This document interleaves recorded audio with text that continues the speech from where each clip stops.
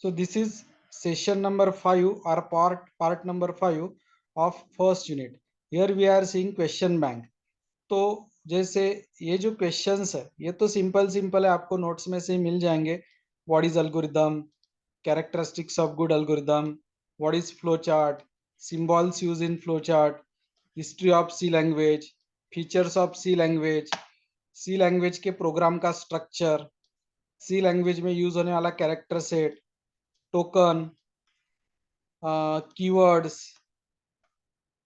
कोई भी 4 keyword explain करो, आइडेंटिफायर यानी क्या, कांस्टेंट, कांस्टेंट के type, integer constant, real constant, character constant बनाने के रूल्स, वो बैकस्लैश एन बैकस्लैश टी का मीनिंग, वेरिएबल, वेरिएबल के नाम देने के 6 रूल, वेरिएबल को डिक्लेयर और इनिशियलाइज कैसे करते हैं, what is mean by operator.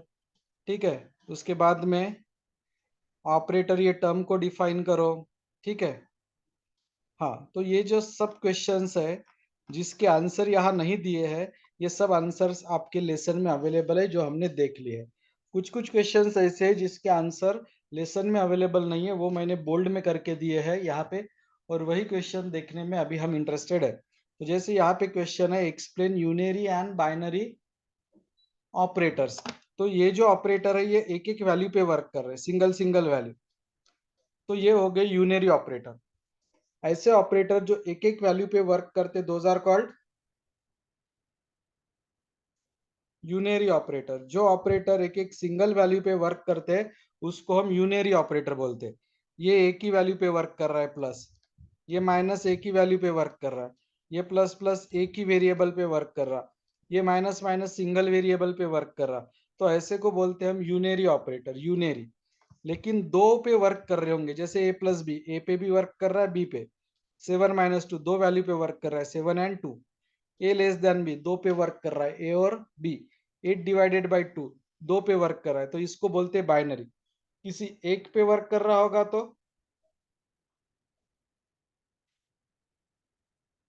यूनेरी, एक पे वर्क कर रहा होगा तो यूनेरी, और एक से ज्यादा पे वर्क कर रहा होगा तो, सॉरी, दो पे वर्क कर बाइनरी। रहा होगा तो बाइनरी, और तीन पे वर्क कर रहा होगा तो तीन.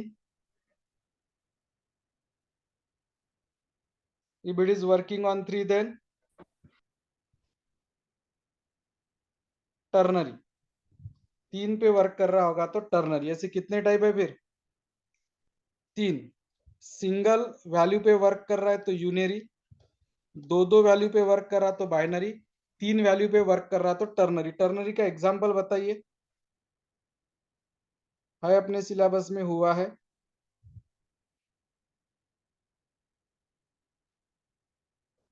टर्नरी का एग्जांपल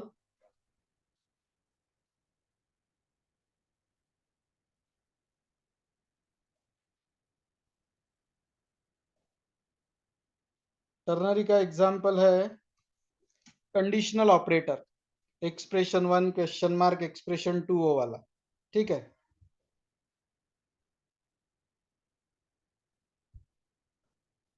तो वो भी हमारा हुआ है.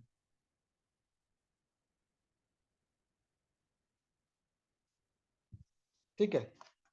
तो ये बोल्ड में दिया है, मतलब इसके आंसर डायरेक्ट डायरेक्ट नोट्स में नहीं है, ये हमें यहाँ से करना पड़ रहा है. ठीक है, ऐसा उसका मतलब होता है. नेक्स्ट ऑपरेटर है, सॉरी नेक्स्ट क्वेश्चन. ये बाकी जो क्वेश्चन नॉर्मल इसमें दिए है ना, बोल्ड नहीं है ना, उसके तो आंसर डायरेक्ट आपको वही के वही मिलने ही वाले हैं नोट्स में. तो हाँ, अब ये बोल्ड में दिया है, तो इसका आंसर हम यहाँ पे देखते हैं कि इंक्रीमेंट डिक्रीमेंट ऑपरेटर का प्रेसिडेंस बताइए. तो प्रेसिडेंस टॉपिक मैंने लिया था, 15 प्रेसिडेंस है. हाईएस्ट है नंबर 1, और सबसे पिछला वाला प्रेसिडेंस है नंबर 15. तो इंक्रीमेंट और डिक्रीमेंट ऑपरेटर प्रेसिडेंस नंबर 2 में आता है. कोई मुझे बताएगा क्या मल्टीप्लीकेशन, डिवीजन, ये कौन से नंबर के प्रेसिडेंस में आता है?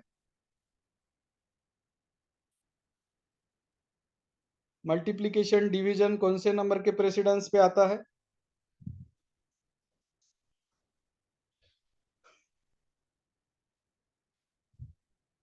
नंबर 3. Addition subtraction number 4. यानी इंक्रीमेंट डिक्रीमेंट के भी नीचे प्रेसिडेंस है इनका. उसके बाद में ये ऐसे क्वेश्चंस आते हैं, ये प्रोग्राम दिया है एंड दे आर सेइंग कि आपका आउटपुट फाइंड करना है। तो चलिए आप मुझे बताइए, अभी मैं आपको टाइम देता हूं 1-1.5 मिनट का। ये स्टेटमेंट रन होने के बाद what will be the answer of a, what will be the answer of b, what will be the answer of x? Come on. वो स्टेटमेंट रन होने के बाद ए, बी और एक्स के मुझे वैल्यूज बताइए। वो ब्लू कलर से जो हाईलाइटेड है ना, वो स्टेटमेंट रन होने के बाद।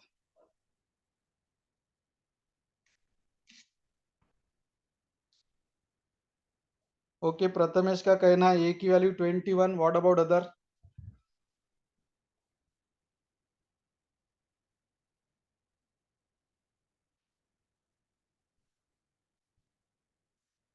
चलो मैं समझाता हूँ कैसे कैलकुलेट करेंगे आप, तो ठीक है। ये प्लस प्लस प्रीफिक्स है कि पोस्टफिक्स है? ये प्लस प्लस प्रीफिक्स है कि पोस्टफिक्स है?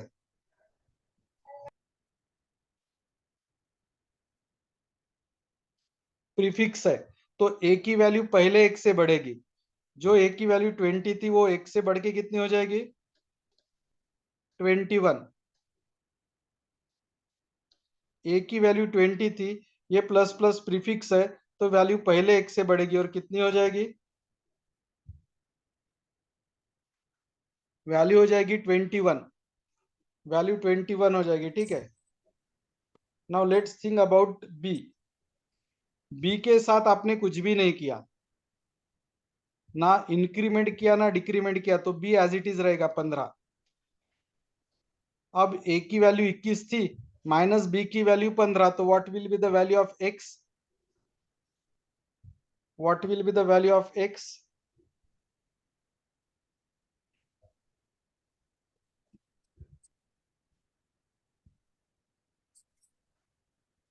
एक्स की वैल्यू हो जाएगी 6। आई रिपीट, प्लस प्लस ए के पहले इसको हम बोलते हैं प्रीफिक्स, यानी ए की वैल्यू पहले एक से बढ़ेगी। जो ए की वैल्यू 20 थी वो बढ़ के 21 हो जाएगी। फिर बी की वैल्यू 15 थी, तो एज इट इज वो 15 ही रहेगी, क्योंकि बी के ऊपर आपने कुछ ऑपरेशन यहाँ पे परफॉर्म नहीं किया है, तो वैल्यू 15 थी, 15 ही रहेगी बी की वैल्यू। और ए की वैल्यू 21 माइनस बी की वैल्यू 15, तो एक्स की वैल्यू आएगी 6। तो अब जब हम ये लाइन के लिए कंसिडर करेंगे ना, तो ये पुराने वैल्यू मत देखना, अब ये नए वैल्यूज देखना। आप A21, B15, X6 वाला उस वैल्यूज के ऊपर फोकस करो। आप अभी पुराने वैल्यूज आपको नहीं देखने, ठीक है। तो आपको ये वैल्यूज नहीं देखने अभी, ये वाले। अब ए की वैल्यू 21 पकड़ना, बी की 15 और एक्स की 6। उस हिसाब से ये लाइन का आंसर क्या आएगा मुझे बताइए। What will be the value of y, b and a? Put your answer in chat box.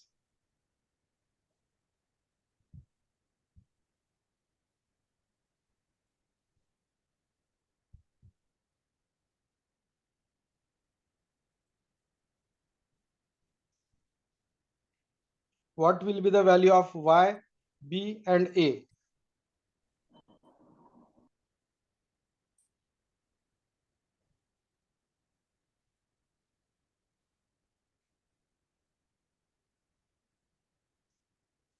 मैं बताता हूँ। अब b पोस्ट फिक्स है, तो b की वैल्यू माइनस माइनस बाद में होंगी, बाद में। तो b की ओरिजिनल वैल्यू पकड़ी जाएंगी 15, और a की वैल्यू थी 21, तो 15 और 21 होता है 36। 36 असाइन होगा y को, तो y की वैल्यू रहेगी 36। बाद में b की वैल्यू एक से कम होके 15 के जगह 14 हो जाएंगी। ये बाद में कम होगा, b की वैल्यू एक से कम, और वो 14 की जगह 15, 15 की जगह 14 हो जाएंगी। और बाद में है ए, तो ए के ऊपर आपने कुछ किया नहीं, तो वो 21 था, तो वो 21 ही रहेगा। Be understood?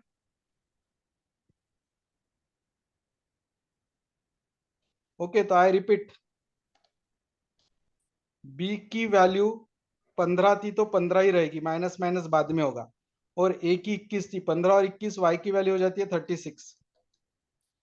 बाद में ये पोस्ट फिक्स का असर दिखेगा, और बी एक से कम होके 14 हो जाएगा, लेकिन y की वैल्यू एक से कम होके 35 नहीं होंगी। और फिर a की वैल्यू एज इट इज बनी रहेगी 20। सॉरी 21, क्योंकि ए के ऊपर आपने इस लाइन में कुछ नहीं किया। तो ऐसे भी क्वेश्चंस एग्जाम में आते हैं आउटपुट लिखने के लिए 4 मार्क के लिए, तो आपको तैयार रहना है। और ये भी एक कंडीशनल ऑपरेटर आया है, अगर x ग्रेटर देन y है तो क्या प्रिंट होगा, x की वैल्यू y से बड़ी है तो क्या प्रिंट होना चाहिए,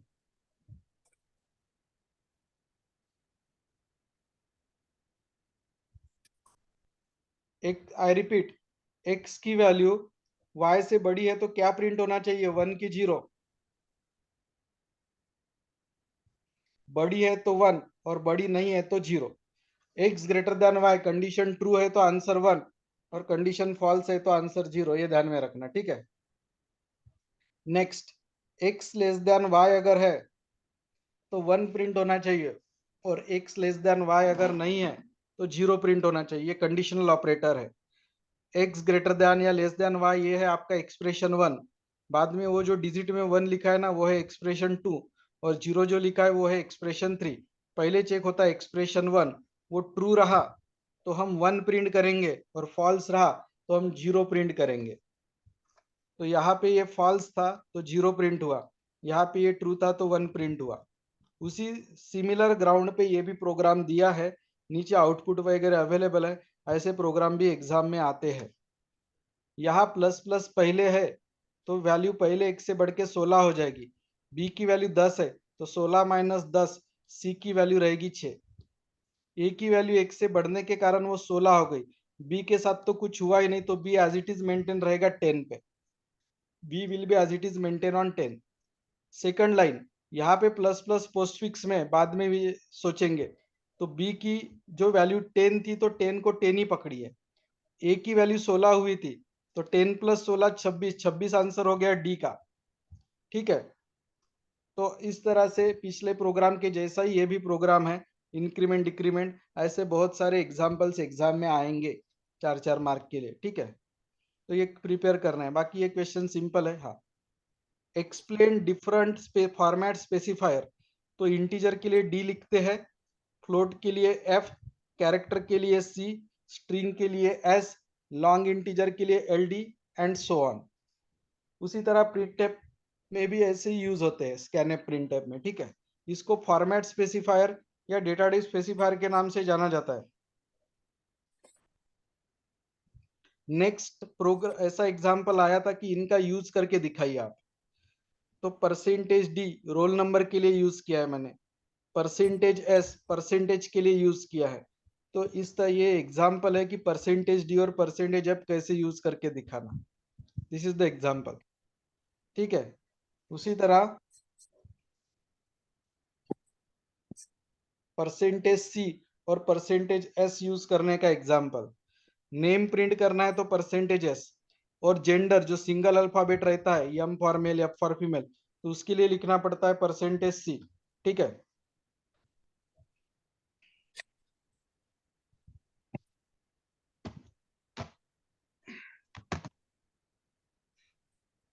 नाउ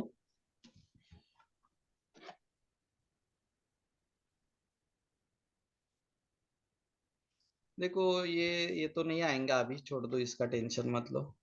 सिंबॉलिक कांस्टेंट यानी वो हैश डिफाइन पाई 3.14 वाला टाइप कन्वर्शन मैंने लिया था, एक डेटा टाइप दूसरे डेटा टाइप में कन्वर्ट करना। एग्जाम में आता है कि हम कमेंट का यूज क्यों करते हैं, तो कमेंट का यूज करना कंपलसरी नहीं है, लेकिन आपने कमेंट का यूज करना चाहिए। तो आप हर स्टेटमेंट के लिए नहीं, डिफिकल्ट स्टेटमेंट के लिए आप कमेंट लिख सकते हैं कि उस स्टेटमेंट का मतलब क्या है। आप कमेंट में प्रोग्रामर का नाम, प्रोग्राम का नाम, एम, ऑब्जेक्टिव, डेट, ये सब लिख सकते हैं। कमेंट लिखने के कारण प्रोग्राम ज्यादा रीडेबल और इजी टू अंडरस्टैंड हो जाता है, तो कमेंट्स लिखना are very much necessary. So comments लिखे जाने चाहिए। ये प्रोग्राम आया था कि 2 नंबर लो बोलते सी एंड डी और उसको एक्सचेंज करो, तो सी और डी को लेके एक्सचेंज करना बड़ा ही सिंपल है। ये सीधा सीधा स्वैपिंग ऑफ 2 नंबर का प्रोग्राम है। आपको लिखना पड़ेगा temp equal to c, c equal to d, d equal to temp, हो गया आपका काम स्वैपिंग। उसके बाद में ऐसे भी क्वेश्चन, देखो ये क्वेश्चन बैंक हम नहीं देखते थे ना, तो आप क्या करते थे पता है क्या, सिर्फ लेसन्स ही पढ़ते थे, लेकिन question bank is all about application of that lesson. तो हर कोई क्वेश्चन आपको सीधा सीधा नहीं पूछा जाएगा, कुछ क्वेश्चंस घुमा फिरा के भी आएंगे, बराबर है। तो वो आपको क्वेश्चन बैंक में मिल जाते हैं। बाकी मॉडल आंसर शीट वगैरह तो आप देख ही रहे होंगे। आपका मैथमेटिक्स का पहला पेपर होने दीजिए, फिर वो गैप में हम कुछ 2-3 मॉडल आंसर शीट भी कवर करेंगे। इनफैक्ट मेरे पास मॉडल आंसर शीट का रिकॉर्डिंग्स भी है, मैं अभी के अभी आपको ये बैच खत्म होने के पहले ग्रुप पे डाल देता हूँ, जो आपके सीनियर के लिए लिया था हमने। उसके बाद में ऐसे फिजिक्स के या मैथमेटिक्स के फॉर्मूले दिए रहते और बोला जाता है कि उन फार्मूला को सी में कन्वर्ट करिए। तो आप बोलोगे फार्मूला सी में कन्वर्ट करने के लिए क्या लगने वाला है? बिल्कुल एफर्ट्स लगेंगे। जैसे सी लैंग्वेज में आप ऐसे बी इंटू एच ऐसा नहीं लिख सकते, आपको यही फार्मूला सी लैंग्वेज में लिखना है ना, तो यही फार्मूला ऐसा लिखना पड़ेगा, area equal to 0.5 star b star h, ऐसा लिखना पड़ेगा सेम फार्मूला सी लैंग्वेज में। तो मैथमेटिक्स फिजिक्स में लिखने की टेक्निक अलग होती है, सी लैंग्वेज में लिखने की टेक्निक अलग होती है। ओके, तो मैंने 1/2 को 0.5 लिखा, बी एच को multiply by b multiply by h लिखा, आखिरी में सेमीकोलन दे दो, ऐसा लिखो, ठीक है। तो सेम, तो ये ऐसे चारों स्टेटमेंट सी लैंग्वेज में कैसे ये है ना, 1 एरिया वाला 1, टार्क्यू वाला 2, साइड वाला 3, एनर्जी वाला 4, तो ये चारों के आंसर यहाँ दिए हैं कि how it should be done. जैसे यहाँ पे ए बी लिखा है, तो सी लैंग्वेज में ए बी लिखना अलाउड नहीं, आपको ए इंटू बी करना पड़ेगा, you need to do a into b. तो डिफरेंसेस है चीजों में, ध्यान दीजिए आप प्रॉपर, ठीक है। सी मैथमेटिक्स में ऐसे स्क्वायर ब्रैकेट वगैरह यूज करते हैं, सी लैंग्वेज में पूरे ब्रैकेट फार्मूला के लिए गोल ही रहते हैं। ओके, सो ये सब चीजों के ऊपर आपको ध्यान देना। फर्स्ट यूनिट के ऊपर आने वाले कुछ प्रोग्राम्स, ये प्रोग्राम है area and perimeter of rectangle. तो आपको वेरिएबल लग रहा है length, breadth, or area, or perimeter. तो यल लेंथ के लिए है, बी ब्रेड्थ के लिए है, आर एरिया रेक्टेंगल के एरिया के लिए है, आर पेरीमीटर के लिए है। अब आप स्कैनएप का यूज करके लेंथ और ब्रेड्थ इनपुट लेंगे। तो 2 वैल्यू इनपुट लेना है, तो परसेंटेज अब 2 बार चाहिए। पहले आप एल की वैल्यू इनपुट लोगे, बाद में बी की, ठीक है। अब मुझे एरिया कैलकुलेट करना है, तो फार्मूला है लेंथ मल्टीप्लाई बाय ब्रेड्थ, और पेरीमीटर कैलकुलेट करना है तो फार्मूला है 2 multiply by length plus breadth. ये वाला जो परसेंटेज एफ है उसके जगह एरिया की वैल्यू प्रिंट होगी, और ये वाले परसेंटेज एफ के जगह पेरीमीटर की वैल्यू प्रिंट होगी। सो ऐसे सिंपल प्रोग्राम यूनिट नंबर 1 में आते हैं। Calculate area and perimeter of square, तो साइड यानी स्क्वेअर की साइड हो गई, मराठीमध्ये आपण त्याला बाजू म्हणतो, राईट। एरिया और पेरीमीटर ऐसे 3 व्हेरिएबल आहे। इथे 2 व्हॅल्यू इनपुट घ्यायच्या होत्या, लेंथ ब्रेड, तर पर्सेंटेज एफ 2 वेळा होता फ्लोट साठी। इथे एकच व्हॅल्यू इनपुट घ्यायची आहे, तर पर्सेंटेज एफ एकच वेळा आहे। आणि एरियाचा फॉर्म्युला आहे साइड मल्टीप्लाय बाय साइड, आणि पेरीमीटरचा फॉर्म्युला आहे 4 multiply by side.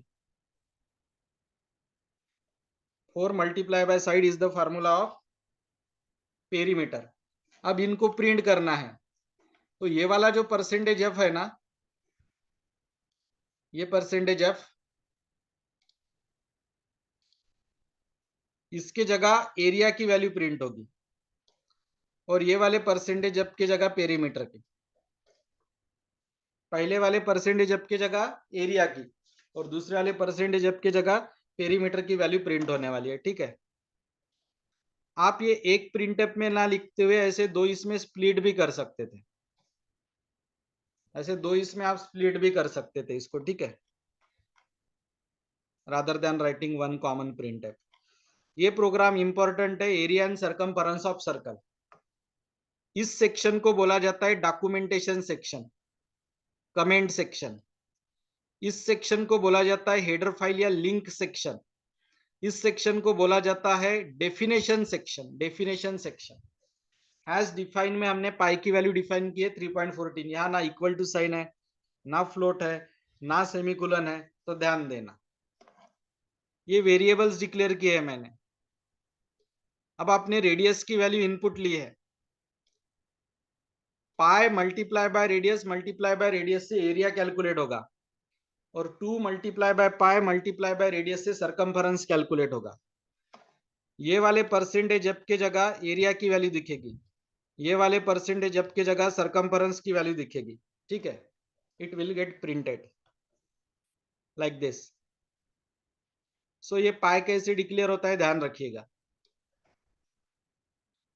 Area of triangle मुझे नहीं लगता आएगा, फिर भी देख लेते। B for base, H for height, A for area. Scanf से बेस और हाइट को इनपुट लीजिए। फार्मूला है area is equal to 0.5 multiply by base multiply by height. फिर area equal to percentage F की जगह ए की वैल्यू डिस्प्ले करिए, जहां परसेंटेज एफ लिखा है ना वहां ए की वैल्यू डिस्प्ले हो जाएगी, ठीक है। स्वैपिंग का प्रोग्राम, ये तो प्रोग्राम आपको बिल्कुल याद हो गया होगा। A comma B comma temp, 3 variable है। स्कैनएप से ए और बी की वैल्यू इनपुट ली, और स्वैपिंग के 3 स्टेप है, ये एल्गोरिदम में मैंने समझाया था डिटेल में रिवीजन में। Temp equal to a equal to b equal to temp, ऐसे लिखने से दोनों स्वैप हो जाता है। ए की वैल्यू बी को जाती है, बी की वैल्यू ए को आती है। प्रिंट कर लेंगे। ये वाला जो परसेंटेज डी है, ये इसके जगह ए की वैल्यू प्रिंट होती, और ये वाले परसेंटेज डी के जगह बी की वैल्यू, ध्यान रखना। आप 2 वेरिएबल को स्वैप कर सकते टेम्प का यूज किए बगैर, ये भी मैंने एक्सप्लेन किया था आपको, अभी एल्गोरिदम फ्लोचार्ट सिखाया ना, तब रिवीजन की बात कर रहा हूं मैं। तो a equal to a plus b equals to a minus b, a equals to a minus b, ऐसे करने से वैल्यू स्वैप होते हैं। चलो एग्जांपल देता हूं। Example, suppose a equal to 100 है और b इक्वल टू 25 है। b इक्वल टू 25,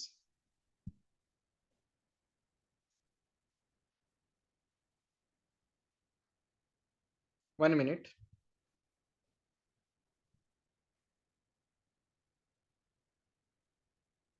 हाँ, a इक्वल टू 100 है, b इक्वल टू 25। अब ये फार्मूला में आप डाल के देखिए।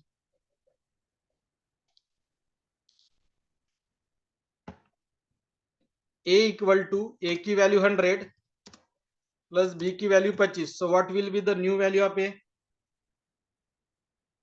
The new value of a will be 125. 125। ए की वैल्यू 100 थी, बी की वैल्यू 25 थी, ये हमने पुट किया, तो ए की नई वैल्यू हो गई 125। अब ए की वैल्यू 100 रही नहीं, ए की वैल्यू बदल के अभी 125 हो गई है, ठीक है। नाउ बी के लिए, बी इक्वल टू ए की वैल्यू 125 हो गई है अभी, माइनस बी की वैल्यू 25। 125 माइनस 25 कितना? 100. इसकी वैल्यू हो गई है 100, B की. ये बी की वैल्यू हो गई है 100। तो बी की वैल्यू 25 नहीं रही, वो कितनी बन गई? 100. लास्ट लाइन अभी, ए इक्वल टू, ए की वैल्यू कितनी है? 125 125. माइनस बी की 100। 100. क्या आंसर आया ए का फाइनल? 25। ए की वैल्यू, 25. ए की वैल्यू न्यू वैल्यू तैयार हुई और वो हो गई 25। जब भी न्यू वैल्यू आती है ना तो ओल्ड वैल्यू इरेज हो जाती है। तो अगर ऐसा देखा जाए तो अब ए की वैल्यू 25 हो गई और बी की वैल्यू 100, जो कि जो अपना ओरिजिनल था उससे ये उल्टा है। एम आई राइट? तो इसमें आप टेम का यूज नहीं कर रहे, ये भी पॉसिबल है। ये प्रोग्राम बहुत इंपॉर्टेंट है, सिंपल इंटरेस्ट कैलकुलेट करना। तो यहाँ पे हैश डिफाइन में इंटरेस्ट रेट हमने दिया है 10% का। मेन में देखिए, प्रिंसिपल अमाउंट का मतलब होता है वो अमाउंट जो आप बैंक में से ले रहे, लोन। प्रिंसिपल का मतलब होता है loan amount. I repeat, principal का मतलब होता है लोन अमाउंट, एसआई का मतलब होता है सिंपल इंटरेस्ट, एसआई का मतलब होता है सिंपल इंटरेस्ट, और नंबर ऑफ ईयर का मतलब होता है कितने साल तक लोन यूज करोगे। मान के चलो मैंने 50,000 का लोन लिया, तो ये 50,000 को बोला जाता है प्रिंसिपल। रेट ऑफ इंटरेस्ट कितना है 10%, और नंबर ऑफ ईयर कितना, तो 4 साल के लिए लिया। आप सिंपल इंटरेस्ट कैसे कैलकुलेट करेंगे, प्रिंसिपल अमाउंट यानी 50,000 multiply by number of year यानी 4, उसको टर्म्स भी बोला जाता है, number of terms, multiply by rate of interest यानी 10। जो आंसर आएगा उसको डिवाइडेड बाय 100 करो, क्या कैलकुलेट हो जाएगा,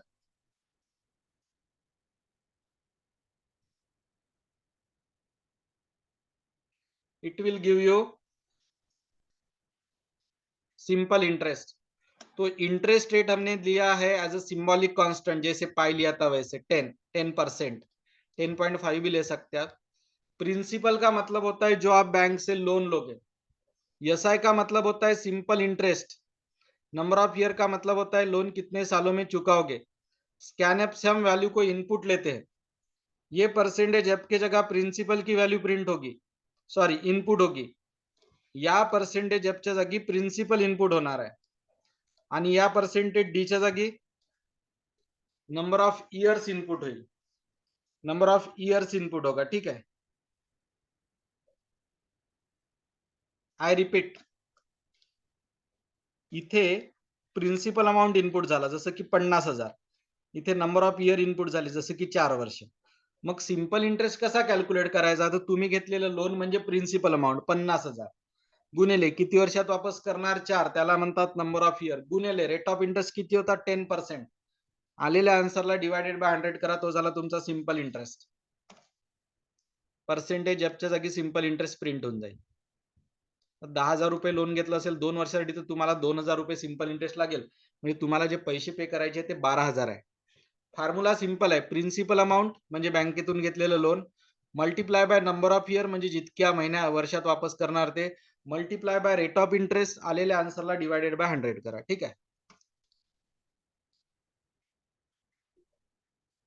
ये नहीं आएगा, ये छोड़ दो, सेल्स कमीशन वाला वगैरह। हाँ ये आ सकता है, ग्रॉस सैलरी कैलकुलेट करना, बेसिक यानी जो एम्प्लॉय को मूल पगार मिलता ना उसको बेसिक बोलते हैं। जैसे मेरा बेसिक है 20,000 रुपए, तो वो हो गया मेरा बेसिक। डीए का मतलब होता है डियरनेस अलाउंस, से महंगाई भत्ता होता है। मेरा डियरनेस अलाउंस है 150%, यानी 20,000 अगर मेरी सैलरी है तो मुझे 30,000 महंगाई भत्ता मिलता, मतलब 20 और 30 50,000 यही पे हो गए।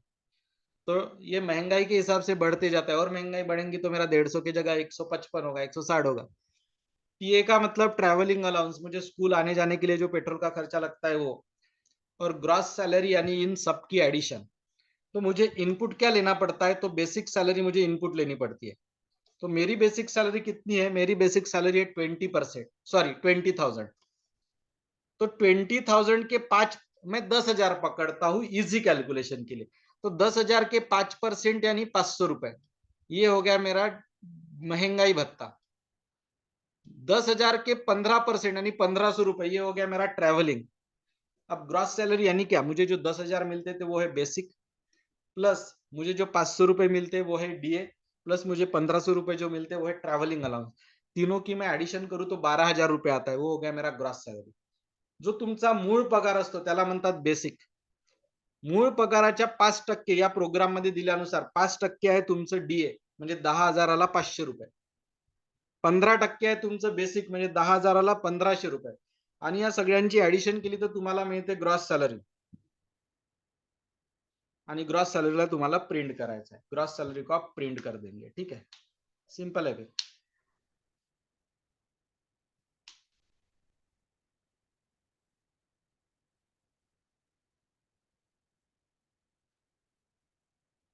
ठीक है, ऐसे प्रोग्राम्स आते हैं। असा आहे प्रोग्राम येतो, जसं आपण नंबर इनपुट घेतलाय 12 आणि त्यांचं म्हणणं आहे 12 ला पुढून आणि मागून 0 लावून दाखवा। इथे मी लिहिलाय पर्सेंटेज 5D म्हणजे किती स्पेसेस अलोकेट होतील,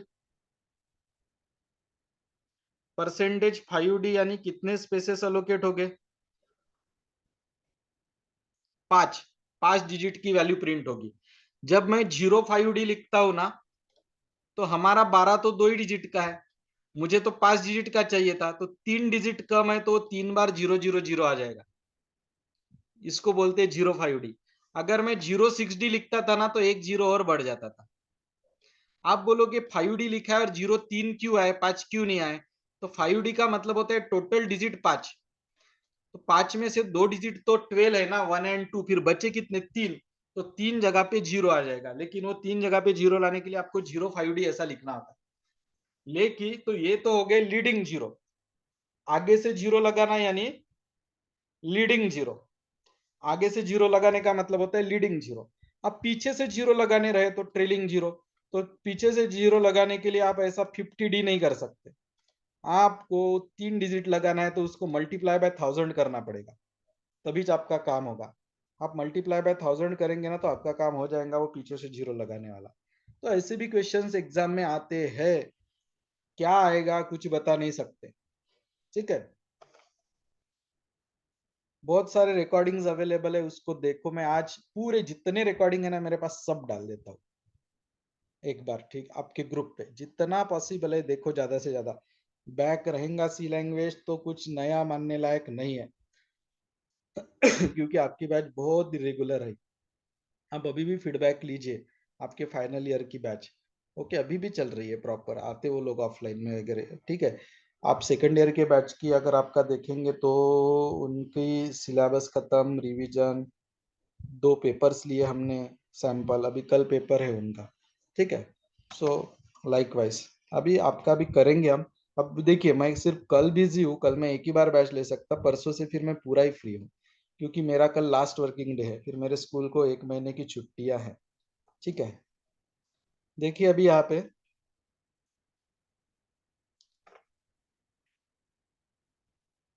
हाँ, अब इनका कहना है नंबर राइट और लेफ्ट जस्टिफाइड प्रिंट करके बताइए। तो नंबर अगर लेफ्ट जस्टि देखो, लेफ्ट जस्टिफाइड यानी इधर और राइट जस्टिफाइड यानी इधर, तो आपको नंबर अगर लेफ्ट जस्टिफाई करना है ना, तो आपको लिखना पड़ता -5D।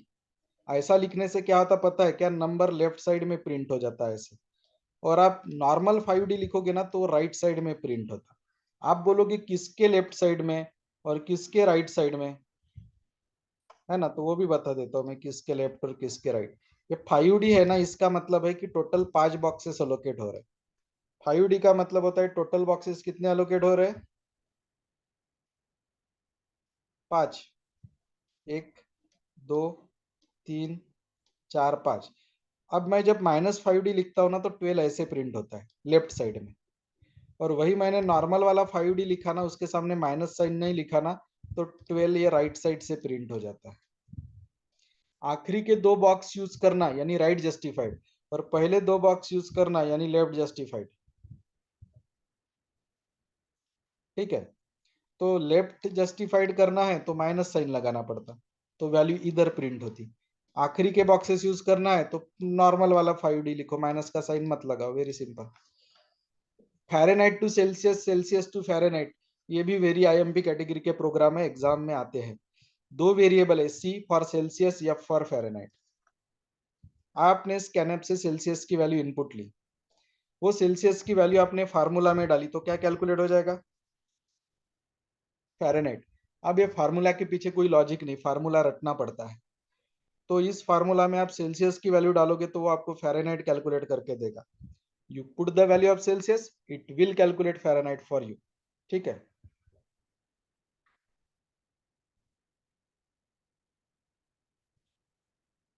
उसको प्रिंट करो, ये उल्टा है अभी। अभी फ़ारेनहाइट की वैल्यू इनपुट लो, फार्मूला में डालो, सेल्सियस कैलकुलेट करो, उल्टा। फ़ारेनहाइट टू सेल्सियस हो गया ये, ठीक है।